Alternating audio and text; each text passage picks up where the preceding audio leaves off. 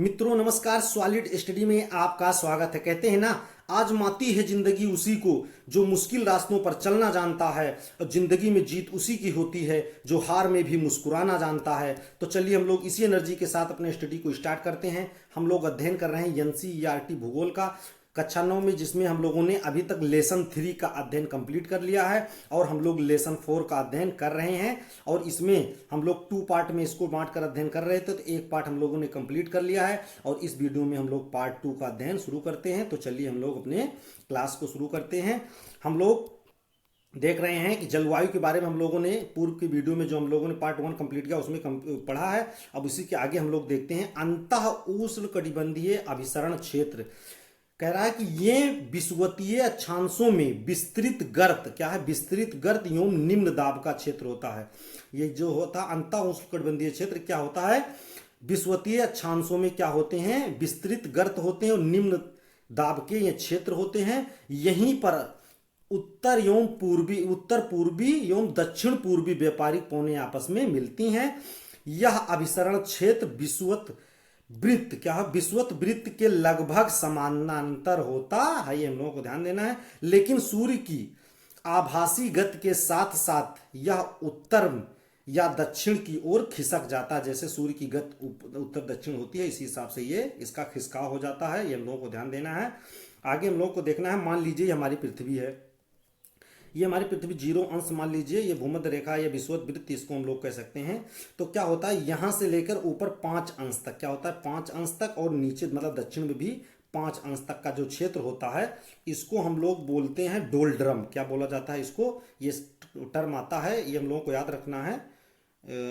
ड्रोम नहीं, ये डोल्ड्रम होता है। क्या होता है, डोल्ड्रम होता है। ये हम लोगों को ध्यान देना है, ये डोल्ड्रम कहा जाता है। कि डोल्ड्रम क्या है, तो 5 अंश उत्तरी तथा 5 अंश दक्षिणी अक्षांश के बीच का जो क्षेत्र होता है, इसको हम लोग क्या कहते हैं, डोल्ड्रम होता है। ये शांत हवाओं का क्षेत्र होता है। कैसा होता है, शांत क्षेत्र होते हैं। ये हम लोगों को ध्यान देना है। और दूसरी बात यह है कि इसमें सूर्य की किरणें सीधी पड़ती हैं। क्या पड़ती हैं, सीधी पड़ती हैं। ये हम लोगों को ध्यान देना है, इसको डोल्ड्रम कहा जाता है। और 5 अंश से लेकर के 12 अंश, क्या होता है, 5 अंश से लेकर के 12 अंश का क्षेत्र, और इधर भी दक्षिण में 12 अंश का जो क्षेत्र होता है, ये वाला पूरा पार्ट, इसको हम लोग क्या कहते हैं, इसको हम लोग अंतः उष्णकटिबंधीय अभिसरण क्षेत्र कहते हैं। जैसा कि मान लीजिए अगर हम लोग चित्र इसमें देखें कि क्या होते हैं, तो ये मान लीजिए 5 अंश हो गया उत्तर में और इधर 5 अंश हो गया दक्षिण में। तो ये हम लोग को ध्यान देना है, 5 अंश उत्तरी अक्षांश और 5 अंश दक्षिणी अक्षांश के बीच का जो क्षेत्र होता है, ये डोल्ड्रम है। क्या है, डोल्ड्रम है। ये शांत क्षेत्र होते हैं, इसमें सूर्य की किरणें सीधी पड़ती हैं। ये हम लोगों को ध्यान देना, डोल्ड्रम का क्षेत्र है। और उसके बाद में 5 अंश से लेकर के 12 अंश, क्या है, 12 अंश नॉर्थ और 5 अंश से लेकर 12 अंश साउथ का जो क्षेत्र होता है, इसको हम लोग ये वाला पूरा क्षेत्र, मित्रों इधर ये आपका पूरा क्षेत्र और नीचे ये आपका पूरा क्षेत्र जो होता है, 5 अंश से 12 अंश तक उत्तरी और 5 अंश से 12 अंश दक्षिणी का जो क्षेत्र होता है, इसी को हम लोग क्या बोलते हैं, अंतः उष्णकटिबंधीय अभिसरण क्षेत्र बोला जाता है। इसमें से क्वेश्चन आता है कि अंतः उष्णकटिबंधीय क्षेत्र का विस्तार कहाँ से होता है, तो हम लोगों को ध्यान देना, 5 अंश उत्तरी अक्षांश, मतलब 5 अंश उत्तरी और 5 अंश दक्षिणी से लेकर के 12 अंश उत्तरी तथा 12 अंश दक्षिणी अक्षांश के क्षेत्र को हम लोग क्या कहते हैं, अंतः उष्णकटिबंधीय क्षेत्र कहते हैं। ये हम लोगों को ध्यान देना है। और बीच का जो 5 मतलब कहने का मतलब 5 अंश उत्तरी अक्षांश से लेकर 5 अंश दक्षिणी अक्षांश के बीच का जो क्षेत्र होता है, इसको डोल्ड्रम बोला जाता है। ये शांत क्षेत्र होते हैं, इससे भी क्वेश्चन आता है, ये हम लोगों को ध्यान देना है। चलिए आगे हम लोग देख लेते हैं। आगे हम लोगों का है एल नीनो। क्या है, एल नीनो, जैसा कि हम लोगों को पढ़ना है कि एल नीनो क्या है, ठंडी पेरू जलधारा। तो सबसे पहला क्वेश्चन तो हम लोगों को यही जान रखना है मित्रों कि पेरू की जलधारा कैसी है, तो ठंडी जलधारा। जलधारा से भी डायरेक्ट क्वेश्चन पूछा जाता है। तो कह रहा है कि एल नीनो के बारे में, ठंडी पेरू जलधारा के स्थान पर अस्थायी, मतलब अस्थायी रूप से, अस्थायी तौर पर गर्म जलधारा का विकास हो जाता है, जिसको हम लोग एल नीनो नाम देते हैं। क्या देते हैं, एल नीनो नाम देते हैं। हम लोगों को ध्यान देना है कि जैसे कि मान लीजिए दक्षिण अमेरिका महाद्वीप है, दक्षिण अमेरिका महाद्वीप के पास एक देश है, इसको हम लोग कहते हैं पेरू। क्या कहते हैं, पेरू देश है। और पेरू की राजधानी हम लोगों को भी याद रखना, पेरू की राजधानी लीमा। क्या है? लीमा। तो पेरू की जलधारा यहीं पर है, इसको हम लोग कहते हैं पेरू की जलधारा। ये कैसी जलधारा? ठंडी है, ये हम लोग को ध्यान देना, ठंडी जलधारा है। और इस ठंडी जलधारा के स्थान पर लगभग 4 वर्ष में, कितने स्थान पर हम लोग को ध्यान देना, 4 वर्ष के अंतराल पर लगभग ऐसा होता है। 4 वर्ष के अंतराल पर क्या होता है, यहाँ गर्म जलधारा का विकास हो जाता है। किसकी? गर्म जलधारा का अस्थायी तौर पर विकास हो जाता है। तो इसी को बोला जाता है एल नीनो। क्या बोला जाता है? एल नीनो बोला जाता है। ये हम लोगों को ध्यान देना है। और एल नीनो का हम लोगों की जलवायु से भारत की जलवायु पर क्या असर पड़ता है, तो हम लोग को ध्यान देना है। इससे भारत में कम वर्षा जो है वो कम हो जाती है। क्या हो जाती है? कम हो जाती है, अर्थात सूखा का विकास होने लगता है। किसका? सूखा का विकास होने लगता है। ये हम लोग को ध्यान देना है। इस प्रकार जो पेरू की जलधारा, जिसको हम लोग एल नीनो बोलते हैं, एल नीनो भारत के मौसम पर प्रतिकूल प्रभाव डालती है। कैसा प्रभाव डालती है? प्रतिकूल प्रभाव डालती है। इसलिए इसका अध्ययन हम लोगों के लिए इंपॉर्टेंट है। तो एल नीनो के हमले बारे में हम लोगों को देखना है। एल नीनो जब पेरू की जलधारा के स्थान पर गर्म जलधारा, ठंडी जलधारा के स्थान पर गर्म जलधारा का अस्थायी तौर पर विकास हो जाता है, तो उसको एल नीनो बोला जाता है। एल नीनो भारत के लिए, भारत के मौसम पर प्रभाव, क्या प्रतिकूल प्रभाव डालती है, मतलब सूखा की स्थिति बना देती है। हम लोगों को ध्यान देना है। और पेरू की राजधानी हम लोगों को ध्यान देना है लीमा है। क्या है? ऑप्शन में पूछा जाता है, पेरू की राजधानी हम लोगों को ध्यान देना है लीमा। ये हम लोगों को ध्यान देना। पेरू की जलधारा ठंडी जलधारा है। आगे हम लोगों को देखना है, एल नीनो स्पेनिश शब्द है जिसका अर्थ होता है बच्चा। क्या होता है? बच्चा होता है। जो बेबी क्राइस्ट जीसस क्राइस्ट का नाम, बेबी क्राइस्ट को व्यक्त करता है। हम लोगों को ध्यान देना, क्योंकि यह जलधारा क्रिसमस के समय बहना शुरू होती है, इसलिए इसको बेबी क्राइस्ट कहा जाता है। एल नीनो की उपस्थिति समुद्र के सतह के तापमान को बढ़ा देती है तथा उस क्षेत्र में, जहां बढ़ाती है, उस क्षेत्र में व्यापारिक पवनों को शिथिल कर देती है। ये हम लोगों को ध्यान देना है एल नीनो के बारे में। चलिए आगे हम लोग देख लेते हैं। अब भारत में मानसून क्या है, कि भारत में मानसून का समय जो है जून के प्रारंभ से, ये पूछा जाता है कि भारत में मानसून कब, भारत के में मानसून का प्रारंभ कब होता है? जून के प्रथम सप्ताह हम लोग कह सकते हैं। जून के प्रारंभ से मतलब जून के फर्स्ट वीक से लेकर मध्य सितंबर तक, क्या मध्य सितंबर तक मध्य सितंबर तक लगभग 100 से 120 दिनों के बीच होता है। हम लोग को ध्यान देना, थोड़ा सा कम ज्यादा हो जाता है, 100 से 120 दिनों के बीच होता है। मानसून की सबसे पहली वर्षा कहाँ होती है? द्वीपों पर होती है। कहाँ पर होती है? द्वीपों पर। तो हम लोगों को यह ध्यान देना है कि भारत में अगर सबसे पहले मानसून का आगमन कहाँ होता है, तो हम लोगों को ध्यान देना है, जैसे ये हमारा मान लीजिए प्रायद्वीपीय भारत का चित्र है और यहाँ पर हमारा है अंडमान निकोबार द्वीप समूह। ये हम लोगों को ध्यान देना है। तो यहाँ पर सबसे पहले क्या होती है? मानसून का आगमन होता है लगभग हम लोग लास्ट कह सकते हैं मई में। क्या है? मई लास्ट तक कह सकते हैं। ये हम लोग को ध्यान देना है। या एकदम बिल्कुल जून की शुरुआत में अगर मानसून लेट रहता है। और उसके बाद में केरल में, उसके बाद में कहाँ पर होती है? केरल में। ये हम लोगों को ध्यान देना है। तो सबसे पहले जो क्वेश्चन हम लोगों को पूछा जाता है कि मानसून भारत में प्रवेश कब करता है? जून के प्रथम सप्ताह में करता है। और कब तक? मध्य सितंबर तक रहता है। हम लोगों को ध्यान देना है। और अगर ये पूछा जाए कि भारतीय क्षेत्र में सबसे पहले मानसून किस प्रदेश में एंट्री मारता है, तो हम लोगों को ध्यान देना है अंडमान एवं निकोबार द्वीप समूह में। कहां पर? अंडमान एवं निकोबार द्वीप समूह में हम लोगों को ध्यान देना है। उसके बाद कहां पर आता है? केरल में। उसके बाद केरल में। अगर मुख्य भूमि पूछा जाए कि भारत की मुख्य भूमि में सबसे पहले मानसून कहां पर आता है, तो हम लोग को केरल ध्यान देना है। लेकिन टोटल भारतीय क्षेत्र में पूछा जाए, भारत के अधिकार वाला क्षेत्र में, तो सबसे पहले हम लोग को अंडमान निकोबार ध्यान देना है। चूंकि केरल और अंडमान दोनों ऑप्शन दे करके पूछ सकता है कि भारत के किस प्रदेश में सबसे पहले मानसून आता है, तो हम लोगों को अंडमान मारना है। अगर अंडमान निकोबार नहीं रहेगा तब केरल मारना है, या मुख्य भूमि लिखा रहेगा तब हम लोगों को केरल मारना है। ये हम लोगों को ध्यान देना है। आगे ध्यान देना है, द्वीपों पर होती है। कह रहा है कि यह क्रमशः दक्षिण से उत्तर की ओर अप्रैल के अंतिम सप्ताह से लेकर मई के प्रथम सप्ताह तक होती है। ये हम लोगों को ध्यान देना है। अब ऋतुओं के बारे में हम लोग देख लेते हैं। ऋतुएं भारत में मुख्यतः 4 ऋतुएं होती हैं। वैसे तो 6 ऋतुएं होती हैं, लेकिन मुख्य रूप से 4 ऋतुओं को पहचाना जा सकता है। जैसे है शीत ऋतु, और उसके बाद ग्रीष्म ऋतु, और कुछ क्षेत्रीय विविधताओं के साथ मानसून का आगमन। इसको भी हम लोग ऋतु रूप में मान सकते हैं, क्योंकि इसका पूर्ण रूप से प्रभाव दिखाई पड़ता है। और मानसून की वापसी को भी हम लोग मान सकते हैं। मानसून या वापसी का काल जो मानसून का होता है, इसको भी हम लोग मान सकते हैं। इस प्रकार से 4 ऋतुएं हमारी हो जाती हैं। चलिए हम लोग आगे इनके बारे में अध्ययन करते हैं। अब जैसे हमारी मान लीजिए शीत ऋतु है। क्या है? शीत ऋतु के बारे में हम लोगों को देखना है। तो शीत ऋतु क्या है? उत्तरी भारत में शीत ऋतु मध्य नवंबर से, कब से, मध्य नवंबर से प्रारंभ होकर फरवरी तक रहती है। कब तक रहती है? शीत ऋतु मध्य नवंबर से प्रारंभ होती है और फरवरी तक रहती है। भारत के उत्तरी भाग में दिसंबर से जनवरी में सबसे अधिक ठंड पड़ती है। क्वेश्चन पूछा भी जाता है कि भारत में सबसे अधिक ठंड कब पड़ती है, तो दिसंबर और जनवरी के मंथ में हम लोगों को ध्यान देना है। शीतकाल में वर्षा, जिसे स्थानीय तौर पर महावट कहते हैं, क्या कहते हैं? महावट कहा जाता है, हम लोग को ध्यान देना है। शीतकाल में वर्षा, जिसे स्थानीय तौर पर महावट कहा जाता है, की कुल मात्रा कम होती है। शीतकाल की वर्षा जो होती है उसको स्थानीय भाषा में महावट कहा जाता है, हम लोग को ध्यान देना। किस काल की वर्षा? शीतकाल। ये हम लोगों को समय ध्यान देना, शीतकाल की वर्षा को महावट के तौर पर कहा जाता है। लेकिन ये रबी की फसल के लिए बहुत ही महत्वपूर्ण होती है। जैसा कि हम लोग जानते हैं रबी की फसल में जैसे मुख्य फसल हम लोग जानते हैं गेहूं है। क्या है? गेहूं है, हम लोगों को ध्यान देना है। रबी की फसल गेहूं है, सरसों है। तो रबी की फसल के लिए ये महावट जो होती है बहुत महत्वपूर्ण होती है, बहुत ज़्यादा लाभकारी होती है। और कब ये होती है? शीतकाल में। शीतकाल में गेहूं बोया भी जाता है, ये हम लोगों को ध्यान देना है। आगे हम लोग देखते हैं ग्रीष्म ऋतु के बारे में। क्या है? ग्रीष्म ऋतु के बारे में हम लोगों को ध्यान देना है कि मार्च से लेकर मई तक, क्या है? ग्रीष्म ऋतु मार्च से लेकर मई तक भारत में ग्रीष्म ऋतु होती है। क्योंकि वर्षा ऋतु में भी हम लोग जानते हैं, जैसा कि अगर वर्षा ऋतु में हम लोग देखें तो उसमें भी भीषण गर्मी होती है, लेकिन ये वर्षा के अंतर्गत आ जाती है। इसलिए हम लोग को ध्यान देना है कि ग्रीष्म ऋतु मुख्य रूप से क्या होती है? मार्च से लेकर मई तक होती है।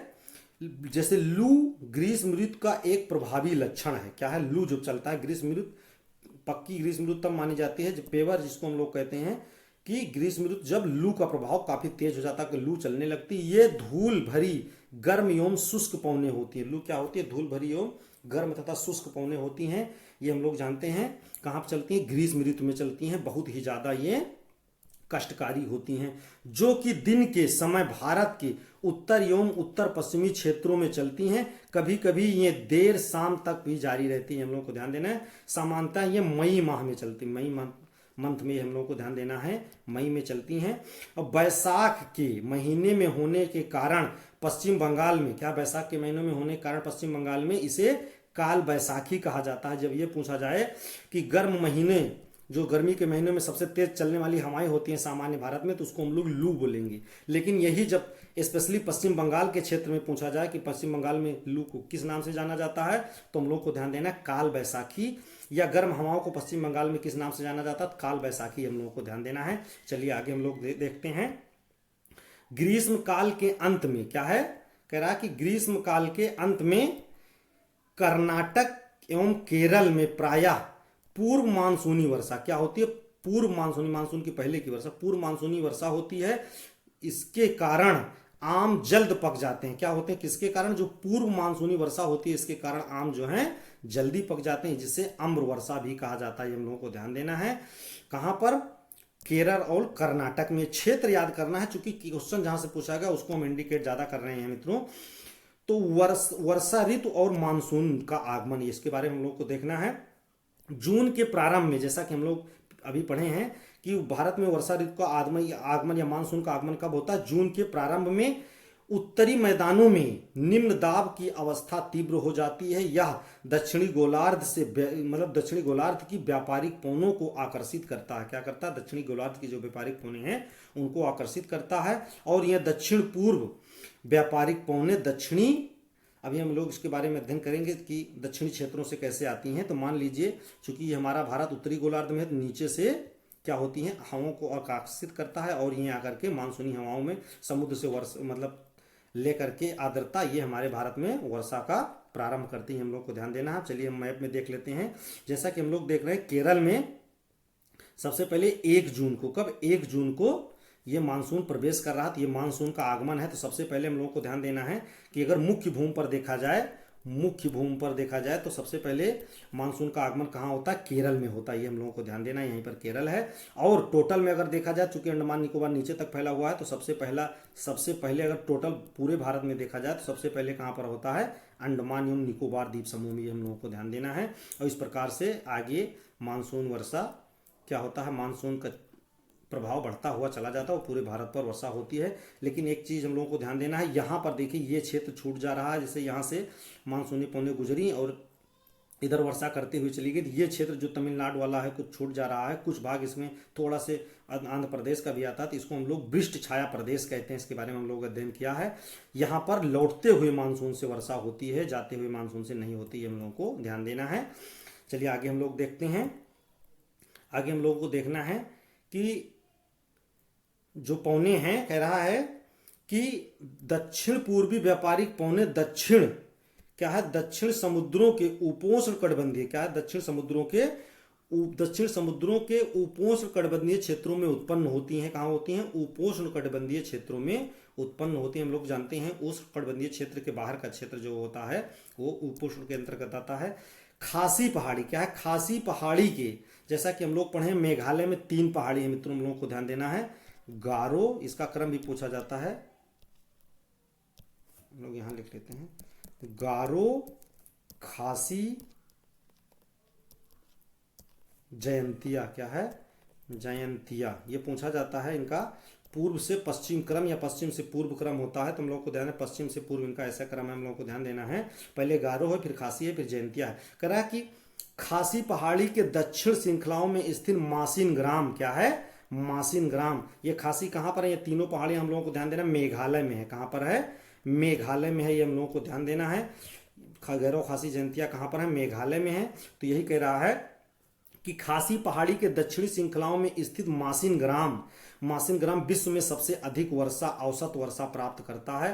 तो ये यहाँ पर वो हम लोगों को ध्यान देना, यहीं पर बीच में आपका मेघालय प्रदेश है। कौन है? मेघालय। जैसा कि हम लोग जानते हैं नॉर्थ ईस्ट का प्रदेश है। यहीं पर पहाड़ी है खासी, क्या है, खासी पहाड़ी है।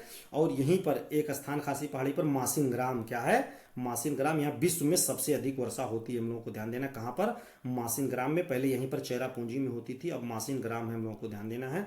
गंगा घाटी में, कह रहा है गंगा की घाटी में पूर्व से पश्चिम की ओर क्या है, पूर्व से पश्चिम की ओर, मतलब ये पूरा क्षेत्र जैसा कि हम लोग जानते हैं ये गंगा घाटी का क्षेत्र, इधर से पूर्व से पश्चिम की ओर, इधर से इस साइड में बढ़ते जाएंगे। पूर्व से पश्चिम की ओर वर्षा की मात्रा घटती जाती है, ये हम लोगों को ध्यान देना। वर्षा की मात्रा क्या होती है? घटती जाती है, क्योंकि मानसून हमारी हवाएं ऐसे आती हैं और इधर से पूर्व से वर्षा करते हुए पश्चिम की ओर बढ़ जाती हैं। तो इधर वर्षा क्या होती है, वर्षा की मात्रा हम लोगों को ध्यान देना है कम होती जाती है, ये हम लोगों को ध्यान देना है। आगे कह रहा उष्ण कटिबंधीय निम्न दाब की तीव्रता एवं आवृत्ति भी मानसूनी वर्षा की मात्रा एवं समय को निर्धारित करती है, हम लोगों को ध्यान देना है। क्या? निम्न दाब की तीव्रता, किस हिसाब से दाब बढ़ रहा है, मतलब कम हो रहा है, और उसकी आवृत्ति मानसूनी वर्षा की मात्रा और समय को निर्धारित करती है, हम लोगों को ध्यान देना है। इस प्रकार से हम लोग देख रहे हैं, जैसे भारत के मैप में ये क्षेत्र है जहां पर अत्याधिक वर्षा हो रही है। जैसे हम लोग देख रहे हैं कि ये आपका लक्षद्वीप में भी है, और ये पश्चिमी घाट के क्षेत्र जो है यहाँ पर अत्याधिक वर्षा हो रही, और ये यहाँ पर लगभग पूरा नॉर्थ ईस्ट क्या है, नॉर्थ ईस्ट ये, और अंडमान निकोबार, यहाँ पर भारतीय क्षेत्र में पूरे जो भारत का क्षेत्र अधिकार क्षेत्र है इसमें सर्वाधिक वर्षा होती है, हम लोगों को ध्यान देना है। कहाँ पर? पश्चिमी घाट का क्षेत्र है, और उसके बाद नॉर्थ ईस्ट वाला पूरा क्षेत्र है, अंडमान निकोबार द्वीप समूह है, क्योंकि हम लोग जानते हैं यहाँ पर सदाबहार वन भी पाए जाते हैं, इसका कारण यही है। चलिए हम लोग आगे देखते हैं। आगे हम लोग को देखना है मानसून की वापसी क्या है, मानसून की वापसी के बारे में हम लोगों को देखना है कि मानसून की वापसी, या इसको हम लोग परिवर्तनीय मौसम कहते हैं, कि मौसम जो परिवर्तित होता है अक्टूबर के प्रारंभ में क्या है, अक्टूबर के प्रारंभ मानसून पौने उत्तर के मैदान से हट जाती है। क्या है? अक्टूबर के प्रारंभ में मानसून पौने जो है कहाँ से, उत्तर के मैदान से हट जाती हैं। जैसा कि हम लोग जानते हैं यहाँ पर ये पूरा क्षेत्र जो है सिंधु का मैदान, गंगा और ब्रह्मपुत्र का मैदान, ये पूरा जो है उत्तर के मैदान के अंतर्गत आता है, ये हम लोगों को ध्यान देना है। यहाँ से हट जाती। अक्टूबर और नवंबर का महीना गर्म, कह रहा है कि अक्टूबर और नवंबर का महीना गर्म वर्षा ऋतु से शीत वर्षा ऋतु में परिवर्तित का महीना होता है, हम लोग को ध्यान देना है। जो अक्टूबर और नवंबर का महीना होता है इसमें गर्म से क्या होती है, वर्षा चूंकि ऋतु खत्म हो रही होती है, तो हम लोगों को क्या है, गर्मी खत्म हो रही होती है, हम लोगों को ध्यान देना है। और उसके बाद में वर्षा ऋतु, इसी गर्मी के बाद वर्षा ऋतु होती है, वर्षा ऋतु खत्म होकर के ठंडी की ऋतु चालू हो रही होती है, तो ये हम लोगों को ध्यान देना। अक्टूबर और नवंबर महीना ग्रीष्म ऋतु से शीत ऋतु में परिवर्तन का महीना है, ये हम लोगों को ध्यान देना है। आगे हम लोग को देखना मानसून की वापसी के समय उच्च तापमान एवं आर्द्रता होती है। क्या होती है? जब मानसून वापसी होने लगता है तो बहुत ज्यादा गर्मी होती है, हम लोगों को ध्यान देना है, क्योंकि उच्च तापमान होता है, आर्द्रता होने के कारण चिपचिपी गर्मी होती है, हम लोगों को ध्यान देना है। इसके कारण दिन का मौसम असहाय हो जाता है, मतलब बहुत ही ज़्यादा कष्टकारी होता है। इसे सामान्यतः क्वार की उमस के नाम से जाना जाता है। चलिए हम लोग मैप में देख लेते हैं। हम लोग देख रहे हैं 15 नवंबर, खास करके 1 दिसंबर अगर आते आते हम लोग देखें तो पूर्ण रूप से मानसून भारत से वापस लौट जाता है। तो ये हम लोगों को ध्यान देना है कि नवंबर और दिसंबर के समय पूर्ण रूप से भारत से मानसून वापस चला जाता है। चलिए हम लोग आगे देखते हैं। आगे हम लोग को ध्यान देना है क्या है, मासिन ग्राम। मासिन ग्राम में विश्व में सबसे अधिक वर्षा होती, जैसा कि हम लोगों ने देखा। मासिन ग्राम कहाँ पर है, मेघालय में है, खासी की पहाड़ी पर। मेघालय में खासी की पहाड़ी पर ये हम लोगों को ध्यान देना है। अब यहाँ पर क्या होता है कि विभिन्न प्रकार की चूना पत्थर की पहाड़ियाँ पाई जाती हैं। वहाँ पर क्या होता है, गुफाओं में पानी रिस रिस करके, चूंकि चूना पत्थर की पहाड़ियाँ होती हैं, पानी रिस रिस करके गुफाओं के नीचे जाता है। और क्या होते हैं, जब चूना गलते हैं तो उसमें स्टेलेगमाइट और स्टेलेक्टाइट क्या होते हैं, गुफाओं के अंदर ये इनका निर्माण होता है। ये प्रसिद्ध है। जो स्टेलेक्टाइट किसे कहते हैं, हम लोग को ध्यान देना है। जो स्टेलेगमाइट होते हैं वो क्या होते हैं, फर्श पर जब चूना पत्थर ऊपर से चू चू करके क्या होता है, फर्श पर गिर गिर करके एक आकृति के रूप में नुकीली आकृति बन जाती है, एक खंभे, नुकीले खंभे के आकार फर्श पर। किस पर, फर्श पर। तो इसको हम लोग क्या बोलते हैं, स्टेलेगमाइट बोलते हैं। और ऊपर से जब चूंकि पानी जब चूता है तो चूते चूते क्या होता है, ऊपर की आकृति भी नुकीली हो जाती है। इसको हम लोग क्या कहते हैं, स्टेलेक्टाइट कहते हैं। ये हम लोगों को ध्यान देना है। चित्र में चलिए हम लोग देख लेते हैं। हम लोग देख रहे हैं चित्र में क्या है, ऊपर से मान लीजिए पानी चू रहा है यहाँ पर, तो क्या कर चू चू करके धीरे धीरे ऊपर नुकीली आकृतियां फर्श पर गिरते गिरते कई नीचे से ऊपर की तरफ नुकीली आकृतियां डंडे की तरीके बन जा रही हैं। तो इसको हम लोग क्या कहते हैं, स्टेलेगमाइट कहते हैं। क्या कहते हैं, स्टेलेगमाइट कहते हैं। अब चूंकि ऊपर से पानी चू रहा है तो चूते चूते क्या होता है कि एक नुकीली आकृति ऊपर से भी नीचे की बिल्कुल नुकीली आकृतियां बन जा रही हैं, हम लोग देख रहे हैं। इसको हम लोग क्या कहते हैं, स्टेलेगमाइट कहते हैं। ये हम लोगों को ध्यान देना है क्या है, स्टेलेक्टाइट कहते हैं। जो ऊपर की नुकीली आकृतियां, मतलब ऊपर से डंडा लटका हुआ नुकीला नीचे की ओर, इसको हम लोग क्या कह सकते हैं, स्टेलेक्टाइट है। और जो नीचे है, जो नीचे बिल्कुल गिरते गिरते बूंदे बूंद से बिल्कुल नुकीली आकृतियां बन गई हैं, इसको हम लोग स्टेलेगमाइट कहते हैं। ये एक ही गुफाओं में होते हैं। जब नीचे चू चू करके आकृतियां बनती है तो उसको स्टेलेगमाइट, यहाँ में कंफ्यूजन हो जाता है मित्रों, हम लोगों को ध्यान देना है। स्टेलेक्टाइट टाइट का हम लोग कैसे याद कर सकते हैं कि चूंकि ऊपर से गिरते समय ये टाइट होता है इसलिए लटका रह जाता है, टाइट होता है इस समय इसलिए लटका रह जाता है, तो इसको हम लोग स्टेलेक्टाइट कह सकते हैं। लटका रह जाता है तो टाइट है तभी लटका रहेगा। और जो गिर गया नीचे फर्श पर इकट्ठा होकर के ऊपर डंडे की तरह नुकीले बना, तो इसको स्टेलेगमाइट कहेंगे। इसलिए हम लोगों को इसको ट्रिक से याद करना पड़ेगा, नहीं दोनों में कंफ्यूजन हो जाता है। स्टेलेक्टाइट क्या है, जो टाइट है वो लटका है तो टाइट है, और जो गिर गया वो माइट है, मर गया, कहने का मतलब वो स्टेलेगमाइट। इस तरह से हम लोग इसको याद कर सकते हैं। आगे हम लोग को देखना है कि भारत में सबसे अधिक औसत वर्षा कहाँ होती है, पश्चिमी घाट पर होती है। जैसा कि हम लोग को जानते हैं पश्चिमी घाट पर सदाबहार वन पाए जाते हैं, तथा उत्तरी पूर्वी नॉर्थ ईस्ट में भी सदाबहार वन, उत्तरी पूर्वी भारत में लगभग 400 सेंटीमीटर वर्षा पर ईयर होती है। हम लोग को ध्यान देना है। अगर क्षेत्र के हिसाब से पूछा जाए तो पश्चिमी घाट और नॉर्थ ईस्ट हम लोगों को ध्यान देना है। चलिए आगे हम लोग देख लेते हैं। इस प्रकार से हमारा लेसन 4 कंप्लीट हुआ। कुछ क्वेश्चन है मित्रों, हम लोग देख लेते हैं, बहुत इंपॉर्टेंट है। क्वेश्चन है, नीचे दिए गए 4 विकल्पों में से सही उत्तर चुनना है। क्वेश्चन नंबर 1 है, नीचे दिए गए कथनों में किस स्थान पर विश्व में सबसे अधिक वर्षा, क्या है, सबसे अधिक वर्षा होती है, हम लोगों को ध्यान देना है। तिलचर में कि चेरापूंजी में कि मासिन ग्राम में कि गोवा घाटी में, तो हम लोगों को ध्यान देना सबसे अधिक वर्षा कहाँ पर होती है, मासिन ग्राम में होती है। ये मेघालय में हम लोगों को ध्यान देना है।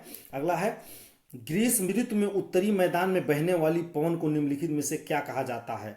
क्या होता है, हम लोगों को ध्यान देना है। उत्तरी मैदान में पूछ रहा है, जो पवनें बहती हैं ग्रीष्म ऋतु में, उसमें क्या कहते हैं हम लोग, लू कहते हैं। क्या कहते हैं, लू कहा जाता है, हम लोगों को ध्यान देना है। और जब यही पवनों को पश्चिम बंगाल में खास करके पश्चिम बंगाल में इनको क्या कहा जाता है, काल बैसाखी। तो ये पश्चिम बंगाल के लिए है, लेकिन मतलब उत्तरी मैदानों के लिए हम लोगों को ध्यान देना है, लू।